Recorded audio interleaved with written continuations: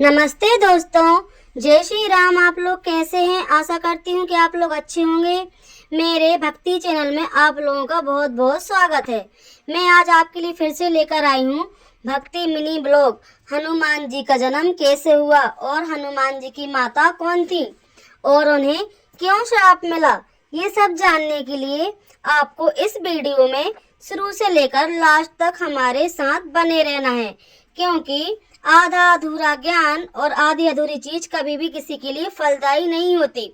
और दोस्तों, जो लोग भी बजरंगबली के सच्चे भक्त हैं वो कमेंट बॉक्स में जाकर जय श्री राम जरूर लिखें, और जो नए लोग जुड़े हुए हैं वो चैनल को लाइक, कमेंट और सब्सक्राइब जरूर करें।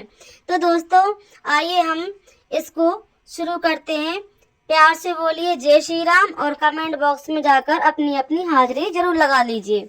तो दोस्तों, आइए हम शुरू करते हैं बिना देर के हुए।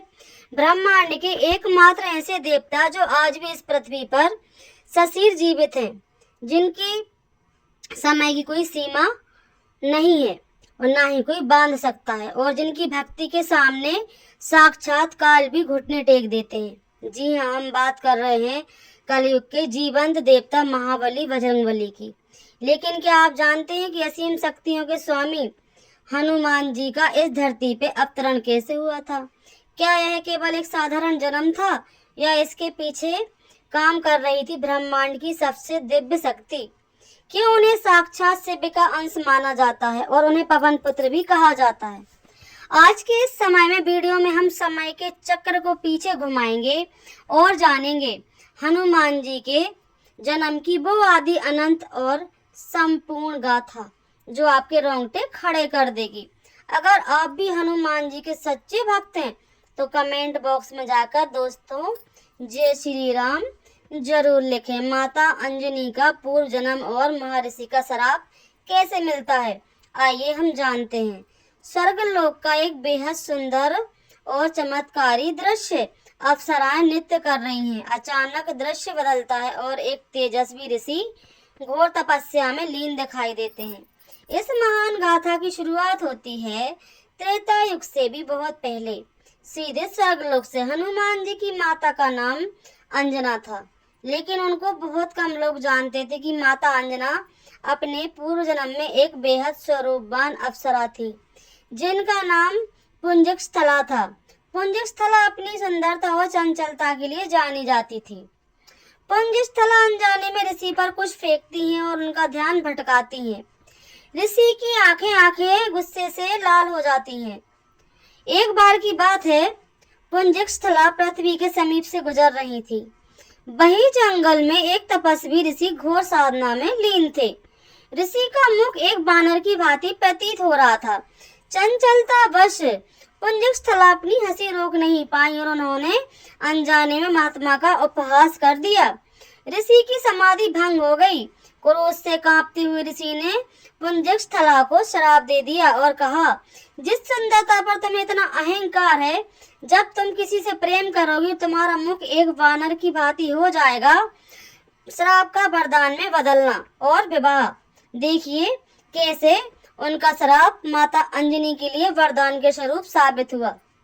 रोती हुई अप्सरा ऋषि के चरणों में गिरती है और ऋषि का गुस्सा शांत होता है और वे आशीर्वाद देते हैं। फिर पृथ्वी पर माता अंजना का वानर राज केसरी के साथ विवाह दृश्य होता है। ऋषि के भयानक श्राप को सुनकर पुंजस्थला का अहंकार चूर चूर हो गया है। वह रोते हुए ऋषि के चरणों में गिर पड़ी हैं और क्षमा मांगने लगी हैं। ऋषि का हृदय पसीज गया और उन्होंने कहा, पुत्री, मेरा श्राप खाली नहीं जा सकता, लेकिन विधाता की यही इच्छा है, तुम पृथ्वी पर वानर जाति में जन्म लोगी। लेकिन घबराओ मत, तुम्हारा यही वानर रूप तुम्हारे जीवन की सबसे बड़ी प्रतिष्ठा बनेगी। तुम्हारी कोख से एक ऐसे दिव्य और प्रतापी पुत्र का जन्म होगा जिसका नाम युगों युगों तक अमर रहेगा और साक्षात भगवान भी उसके आगे शीश झुकाएंगे। इसके बाद पुंजस्थला ने पृथ्वी पर वानर राज के घर अंजना के रूप में जन्म लिया। समय आने पर उनका विवाह सुमेरु पर्वत के परम प्रतापी राजा वानर राजा केसरी के साथ संपन्न हुआ। राजा केसरी और माता अंजना महल में चिंतित बैठे थे। फिर वे मतंग ऋषि के आश्रम पहुंचते हैं, जहां चारों तरफ शांति है। विवाह के कई वर्ष बीत जाने के बाद भी राजा केसरी और माता के अंजना को कोई संतान प्राप्ति नहीं हुई थी। वंश आगे न बढ़ने के कारण दोनों अत्यंत दुखी रहने लगे थे। तब राजा केसरी माता अंजना को लेकर परम ज्ञानी मतंग ऋषि के आश्रम पहुंचे। मतंग ऋषि ने अपने दिव्य चक्षुओं से सब कुछ देख लिया। उन्होंने माता अंजना से कहा, हे देवी, आपके भाग में कोई साधारण पुत्र नहीं है, बल्कि साक्षात ईश्वर का अंश लिखा है। इसके लिए आपको सुमेरु पर्वत छोड़कर आकाश गंगा के तट पर जाना होगा और वहां भगवान शिव की घोर आराधना करनी होगी। भगवान शिव की घोर तपस्या करनी होगी। माता अंजनी सुमेरु पर्वत की एक ऊंची चोटी पर बैठी हैं, जहां तेज हवाएं चल रही हैं, बर्फ गिर रही है, लेकिन वे बिना हिले ओम नमः शिवाय का जाप कर रही हैं। आसमान में शिव मुस्कुराते हुए दिखाई दे रहे हैं। मतंग ऋषि की आज्ञा पाकर माता अंजनी ने भगवान शिव की ऐसी कठिन तपस्या शुरू की जिसकी कल्पना भी नहीं की जा सकती। उन्होंने अन्न जल सब कुछ त्याग दिया। वर्षों तक वे केवल वायु का सेवन करके एक पैर पर खड़ी रहीं। उनकी भक्ति की अग्नि इतनी तीव्र थी कि तीनों लोगों में हाहाकार मच गया। उधर कैलाश पर बैठे भोले नाथ शिव जानते थे कि त्रेता युग में भगवान विष्णु पृथ्वी पर श्री राम के रूप में अवतार ले चुके हैं। शिव जी अपने आराध्य श्री राम की सेवा करने के लिए व्याकुल थे, लेकिन प्रभु की सेवा दास बनकर ही की जा सकती थी। इसलिए शिव ने स्वयं माता अंजनी की कोख से अपने 11वें रुद्र अवतार के रूप में प्रकट होने का संकल्प लिया। शिव जी माता अंजना के सामने प्रकट हुए और उन्हें साक्षात अपने अंश से पुत्र प्राप्ति का वरदान दिया। दिव्य खीर का रहस्य और पवन देव का आगमन। एक तरफ अयोध्या में राजा दशरथ का यज्ञ हो रहा है। अग्निदेव खीर का पात्र देते हैं। अचानक एक चील आती है और खीर का एक हिस्सा लेकर उड़ जाती है। दूसरी तरफ पवन देव उस खीर को उड़ाकर माता अंजना की अंजलि में गिरा देते हैं। अब कथा में आता है सबसे बड़ा और चमत्कारी मोड़, जहां ब्रह्मांड की सभी शक्तियां एक साथ मिल जाती हैं।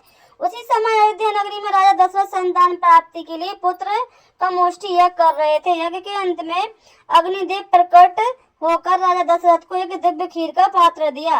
राजा दशरथ ने यह खीर अपनी रानियों में बांट दी, लेकिन तभी विधाता के विधान के अनुसार चील वहां आई और सुमित्रा के हाथ से खीर का एक भाग अपने पंजे में दबाकर उड़ गई।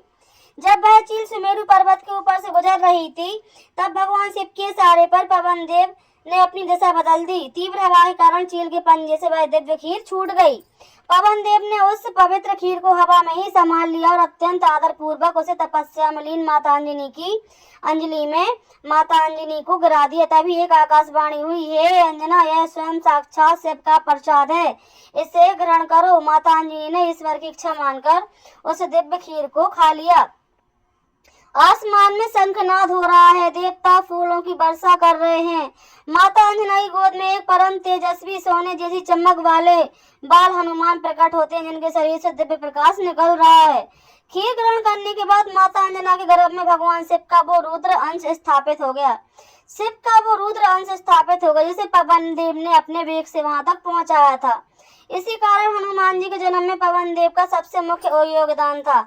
उन्हें पवन पुत्र भी कहा जाता है। फिर वो पावन दिन आया। चैत्र मास शुक्ल पक्ष की पूर्णिमा तिथि मंगलवार का सूर्योदय। चारों तरफ शंखनाद गूंज उठे। देवता आकाश से पुष्प की वर्षा करने लगे। माता अंजना के कोख से साक्षात शिव के 11वें रुद्र अवतार परम बलशाली, बुद्धिमान और संकट मोचन हनुमान जी प्रकट हुए। बालक के मुख पर सूर्य जैसा तेज था। कानों में सोने के कुंडल थे और जन्म से ही उनके शरीर में ब्रज जैसी शक्ति थी। इस प्रकार माता अंजना को श्राप से मुक्ति मिली। राजा केसरी को संसार का सबसे शक्तिशाली पुत्र मिला और प्रभु श्री राम को उनका सबसे बड़ा भक्त मिला। दोस्तों यह भक्तों का, यह भी हमारे बजरंगबली के जन्मों की वो अद्भुत और दिव्य कथा है, जो हमें सिखाती है कि ईश्वर की योजनाएं कितनी महान होती हैं। अगर आपको माता अंजनी और हनुमान जी की यह पावन कथा पसंद आई हो तो इस वीडियो को लाइक करें, अपने दोस्तों और परिवार के साथ शेयर करें और हाँ, नीचे जो सब्सक्राइबर का बटन है उसे दबाकर बेल आइकन जरूर ऑन कर लें, ताकि ऐसी ही भक्तिमय और ज्ञानवर्धक वीडियोस आपको हमेशा मिलती रहे। और कमेंट बॉक्स में पूरे दिल से लिखिए जय श्री राम, जय बजरंगबली। मिलते हैं अगले वीडियो में, तब तक के लिए नमस्कार, राधे राधे, जय श्री राम। तो क्या आप इस कथा से हम क्या सीखते हैं कि अगर हमें प्रकृति कुछ दे रही है, हम कहते हैं कि अरे भगवान ने हमसे छीन लिया, और अगर प्रकृति हमें कुछ दे रही है तो उसके पीछे ईश्वर का कोई ना कोई संकेत जरूर छुपा रहता है। अगर प्रकृति या ईश्वर हमसे कुछ लेते हैं तो उसके बदले में हमें बहुत कुछ देते हैं। तो दोस्तों, जो होता है वो अच्छे के लिए होता है, और जो हो रहा है वो अच्छे के लिए हो रहा है। किस्मत से ज्यादा और किस्मत से पहले हमें कुछ नहीं मिल सकता। जो हमारे भाग में लिखा है वो हमें मिलकर रहेगा, और जो हमारी किस्मत में नहीं है तुम उसके पीछे कितना भी भाग लो, वो चीज तुम्हें नहीं मिल सकती। तो दोस्तों, आज के लिए इतना ही, फिर मिलते हैं। जय श्री राम।